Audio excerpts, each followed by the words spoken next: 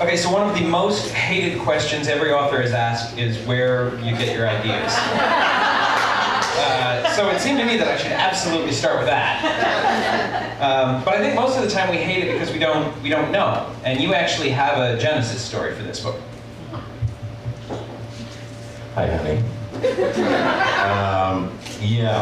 I get my ideas from substance abuse. Actually, the genesis of this book, it was back in it's been a while, it was 1996 when I had the first idea for this book originally. And I was awaiting shoulder surgery, and I had some injury that needed repair. And in the meantime, they had me hopped up on Percocet and all sorts of other stuff. And I would often wake up in the middle of the night from rolling over on my shoulder, and I would watch these televangelists on TV. I found them hilarious. And so I'd been watching a lot of televangelists on TV, a lot of these prosperity preachers, and the speaking in tongues guys, and the holy miracle water guys, and so one night there I was, hopped up on Percocet and drinking a scotch in the bathtub.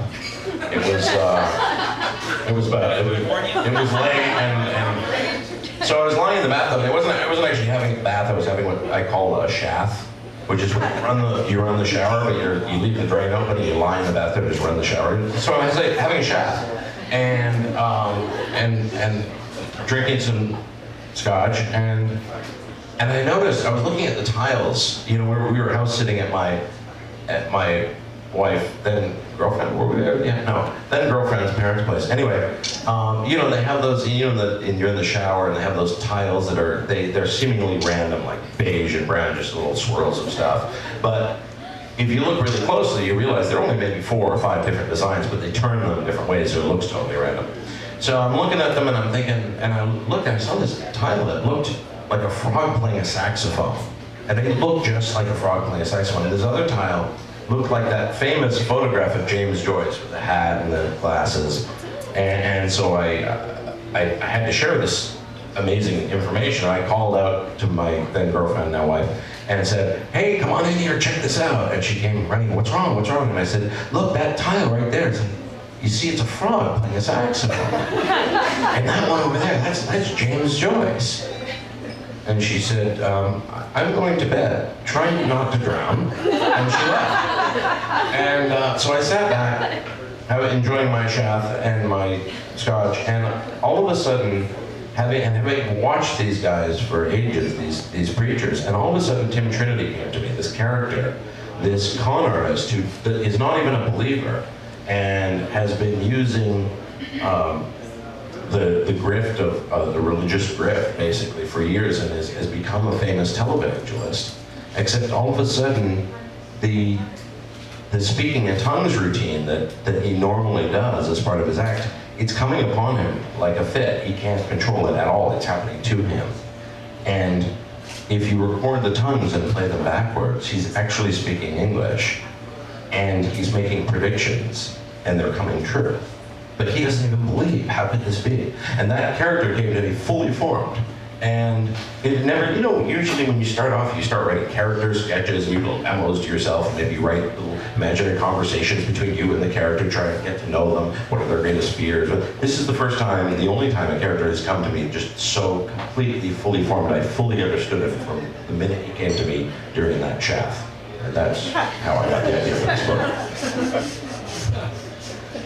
So for you aspiring writers out there, shathing. We highly recommend shathing with substance abuse. 6 of 1, which might have done it.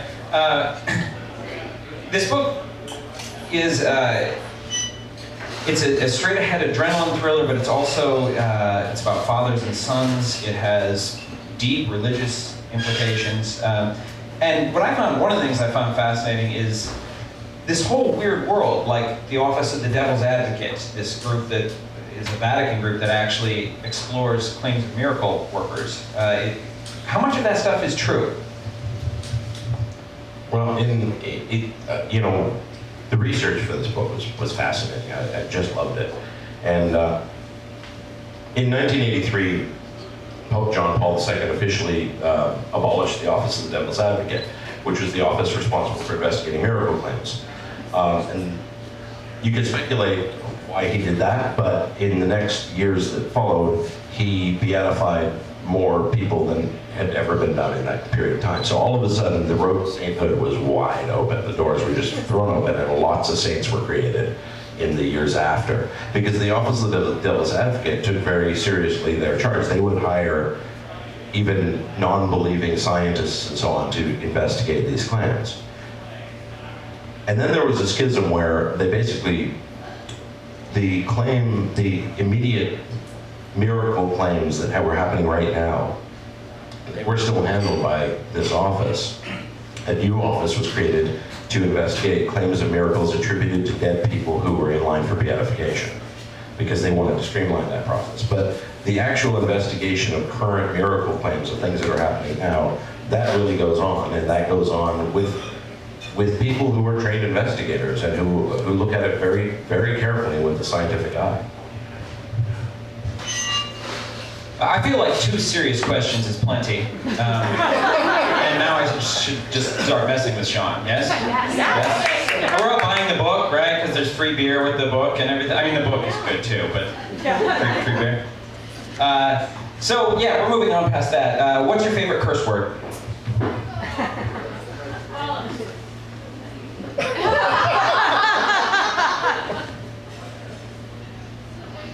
Fuck, because it's just so versatile. You can use it all the time, whenever you want, and it's just, you know what? I shouldn't say that. I got an email yesterday from a senior pastor at a Baptist church in Michigan it was a really nice letter. He really enjoyed the book and thought it had a lot to say about the struggle for faith and that sort of thing. But he was saying, you really have to use the F word so much. Can you not do that, please?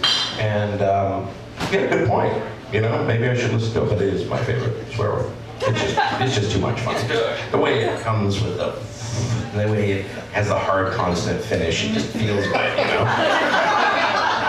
You can't stub your toe and be like, oh, bollocks. That doesn't work. Oh, fuck. It's classic. It's the utility on that one. It's just phenomenal. No, it never gets old. I'm 38 and I still giggle saying it. Yeah, I can't. What's your happy place? My happy place? In the shaft. And scene. If anyone would like to visualize that, remember there are children present. What's a TV show you can always rewatch? What is this TV you speak of? What's a TV show I can always rewatch? Open Zeros. He has actually seen TV. I've seen the television. I know about the magic picture box in the living room. I don't know. I can always rewatch I Spy. It's my favorite show when growing up as a kid. Bill Cosby, Robert Culp, fantastic show. And I can always in fact, I own it on DVD and watch it regularly. I wondered who they sold that DVD to.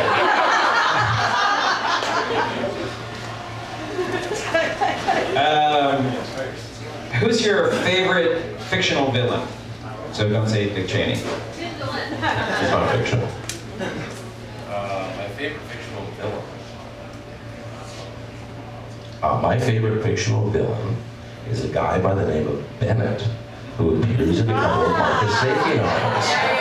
Everybody should go and buy The Amateurs and The 2 Deaths of Daniel Hayes.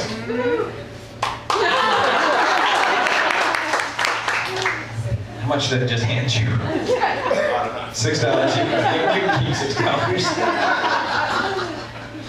You have to reconsider the joke sometimes. Is that a $40 laugh? What's always in your fridge? Hot sauce, and a little too much of it. Some of the hot sauces will actually go bad if you keep it long enough. And if you have a big enough collection of hot sauces, some of the ones that are a little, the Tabasco will last forever. It'll turn brown, but it'll still taste like Tabasco. But some of the more exotic ones will start to go bad after a while. So what's always in my fridge is hot sauce. A big big mess of little bottles of hot sauce. I knew you were my brother. Coffee or tea? Coffee. Cats or dogs? Dogs, but I like cats too. Elvis or the Beatles? The Beatles. Have you ever seen a more obviously Elvis fan? Or Elvis? Sure. I mean, I like Elvis. He's fine. But You're living the whatever. Elvis lifestyle. Thank you. But I'm 1974 Elvis. I'm not 1968 Elvis, which is really sad commentary on my life. What's the last album you bought? The last album I bought was Tom Waits' List. No, the last album I bought was Dear Science by TV on the Radio. It was great. It's a great album. I'm just gonna yell. Okay. What's the first book you remember really blowing your hair back? The Great Brain. Yes, The Great Brain. It's a children's book. It's the next step after Encyclopedia Brown. If Encyclopedia Brown is going to be your first detective, The Great Brain is going to be your first anti-hero. He was a little con artist in Utah, and then the books were narrated by his little brother. But The Great Brain was always running scams on the neighborhood kids. Totally blew me away. Loved it. Fell in love with the anti-hero from then on. Yeah, that actually reveals a lot about you. How many Bibles do you own? That was the response to how many Bibles do you own? Oh, Jesus. Well, the thing is, and yeah, Agent 99 might have some words about that, because we do have altogether too many Bibles in the house. But here's the thing. You gotta understand, they're different translations, you know. And, you know, it's... Oh, geez. The NASB 95 is the most accurate translation compared to the earlier text, but the NRSV is also acceptable to Catholics as well as Protestants, so you want that one. It has some more lyricism in it. And, you know, sometimes you gotta have the King James, and then, you know, and then you've got the American Standard. You know, like there's just, you've got to compare the different translations because they're different. You know, it's like if you get two different translations of Crime and Punishment or whatever, you're going to read them and you're going to, wow, that's a little different. I wonder what he really meant, right? Because there's going to be differences in language. And so I'm not really selling this very well, am I? But I've also avoided saying a number. it's, you know, more than 12, I guess. But less than, fewer than 20.